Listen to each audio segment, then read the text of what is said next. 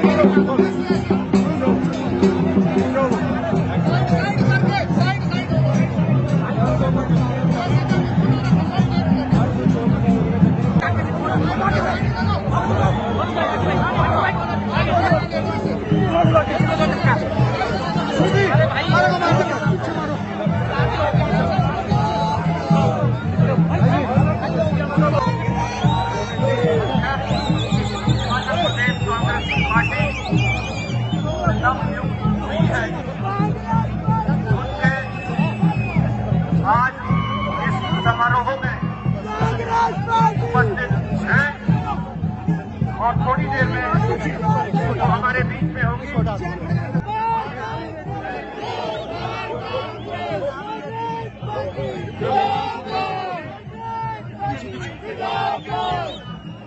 Congress party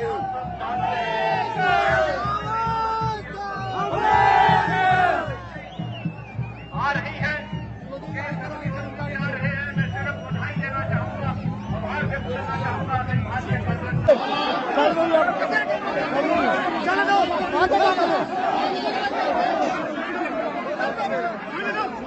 Ram से खड़ जाओ, मुझेगा आराम से। कांग्रेस पार्टी की समस्याओं को लेकर युवा कांग्रेस 2 बार विधानसभा का घेराव कर चुकी है और सैकड़ों हमारे कार्यकर्ताओं पर इस सरकार के द्वारा एफआईआर किया गया, पूरे केस लगाए गए। उसके बावजूद भी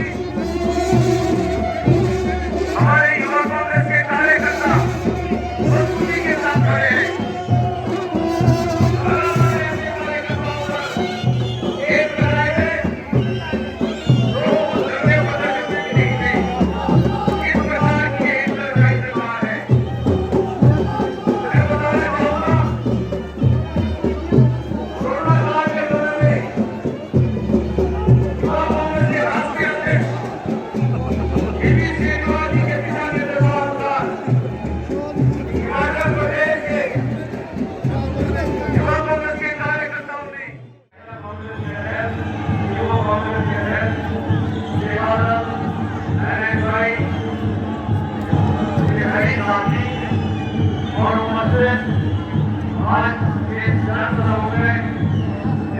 प्रदेश में विभिन्न कोनों से आए हुए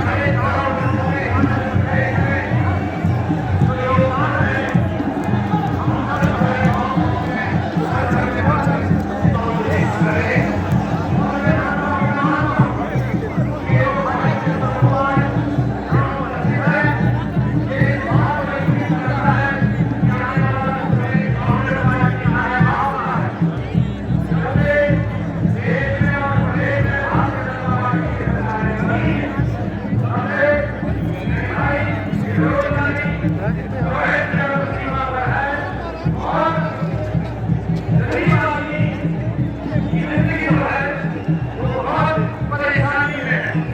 आज गरीब आदमी गाँव में जिसको रोजगार नहीं है, नौकरी नहीं है, दोनों के लिए महंगाई के दौर में कैसे अपना गुजारा कर रहा है ये हम सब जानते हैं।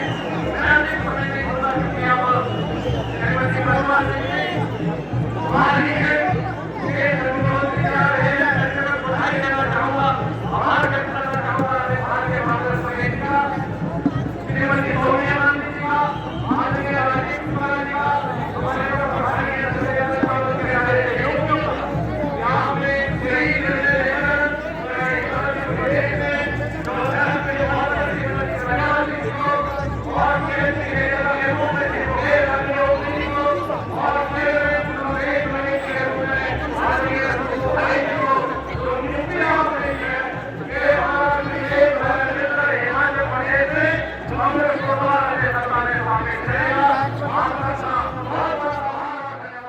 पूरा परिवर्तन एक ही तरह से एक ही समय में कर दिया। और मैं कांग्रेस के कार्यकर्ताओं की पिछले कल से, चाहे प्रतिभा सिंह जी थे, चाहे हम सब लोग थे, जो जोश और उमंग उनमें पैदा हुई है, उससे एक बात साबित हो रही है कि भारतीय जनता पार्टी की जो जन विरोधी नीतियां हैं, उसके खिलाफ समाज का जनमानस, आम जनता उठ खड़ी हुई है और कांग्रेस पार्टी की विचारधारा और कांग्रेस पार्टी को सत्ता में लाना चाहती है। हम केवल सत्ता प्राप्ति के लिए सत्ता प्राप्ति नहीं करना चाहते, हम व्यवस्था परिवर्तन करना चाहते हैं। वो व्यवस्था जो पिछले 4.5 साल से भारतीय जनता पार्टी के नेताओं ने इस प्रदेश को कंगाल बनाकर रख दिया है। 70,000 करोड़ रुपया आज हिमाचल की जनता पर कर्ज के रूप में चढ़ा है और जो हिमाचल की 70 लाख जनता है उस पर 1 लाख रुपए का कर्जा चढ़ा हुआ है। इस सरकार ने इस प्रदेश को बेहाल कर दिया है। कर्ज से हर एक व्यक्ति जब 1 लाख कर्जा देने की बात करते हैं तो हम जानते हैं कि कांग्रेस के समय कभी भी इतना ज्यादा कर्जा नहीं चढ़ा था। आज महंगाई आसमान छू रही है।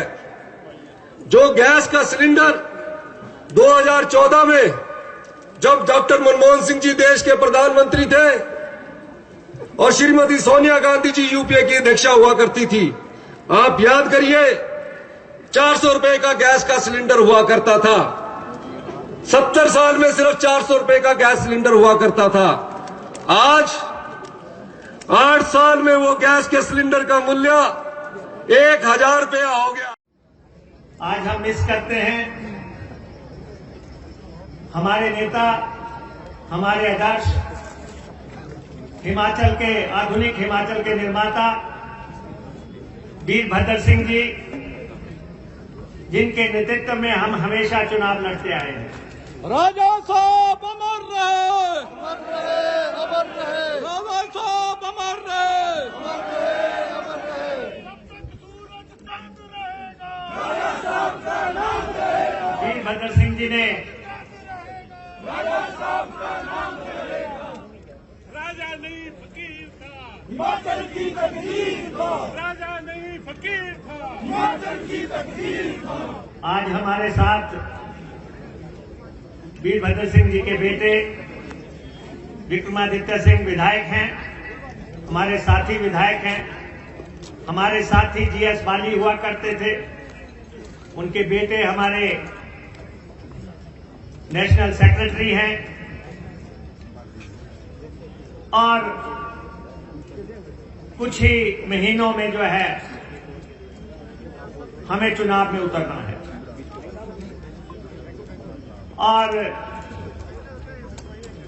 हमारे प्रभारी श्री शुक्ला जी ने यहां पे सबसे पहले भाषण देके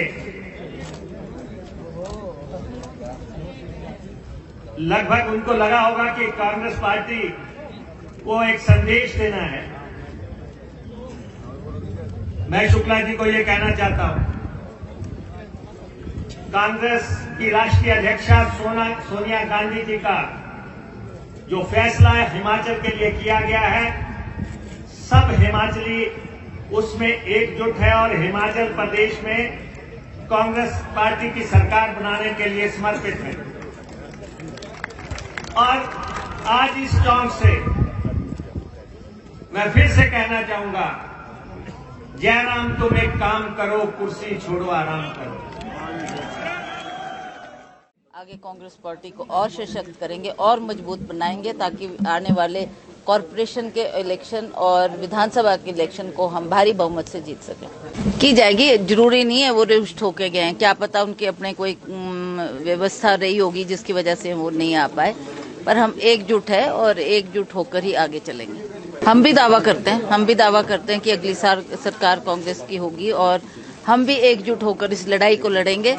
ये केवल हमारा निर्णय नहीं है, सारे कर्मचारी, देश के बागवान, किसान सब इस आवाज को बोल रहे हैं और वो भी परिवर्तन चाहते हैं। उनके दिल में भी है कि कब वो मौका है और कब हम वोट डालकर सरकार का परिवर्तन करें। मैं समझती हूँ कि जितने भी हमारे कांग्रेस के वरिष्ठ नेता हैं, सभी का विचार विमर्श सबसे किया जाएगा। इनका आशीर्वाद लेकर, इनकी सानिध्य में हम सब एकजुट होकर पार्टी की लड़ाई को लड़ेंगे और हमारे में कोई मतभेद नहीं है, कोई मनमुटाव नहीं है। हम लोग एक हैं और एक होकर ही हमने आगे चलना है। डेफिनेटली किए जाएंगे। We are facing the elections this year, it is right on top of a head. हमने कॉरपोरेशन जीतना है, उसके लिए भी रणनीति तय की जाएगी। उसके बाद विधानसभा का चुनाव आएगा, उसके लिए भी हमने कई मैटर्स है जिस पे डिस्कशन होनी है, हम आपस में बैठ के डिस्कस करेंगे। जैसा आज मुकेश जी ने भी कहा कि टिकट उसी को मिलना चाहिए जो जीतता हुआ कैंडिडेट है। हमारा सबका मानना यही है कि इसमें कोई भाईबंदी नहीं होनी चाहिए, कोई यारी दोस्ती नहीं होनी चाहिए। जिसका सर्वे में नाम आएगा और जिसको कहा जाएगा कि ये जीतता हुआ कैंडिडेट है, उसी को टिकट के लिए कंसिडर किया जाएगा। मैं सभी को ये कहना चाहती हूँ कि हमने एकजुट होकर, चाहे वो हमारे लीडर है, चाहे वो हमारे कार्यकर्ता है, चाहे हमारे छोटा से छोटा वर्कर है, सभी हमारे संगठन के जितने भी पदाधिकारी है, सभी कार्यकर्ता है, हमने एकजुट होकर काम करना है और इसका इंतजार नहीं करना है। आप देख रहे हैं आपका चैनल, प्लीज सब्सक्राइब करें और साथ ही बेल आइकन को भी दबाएं ताकि आपको मिलती रहे हमारी हर अपडेट की नोटिफिकेशन।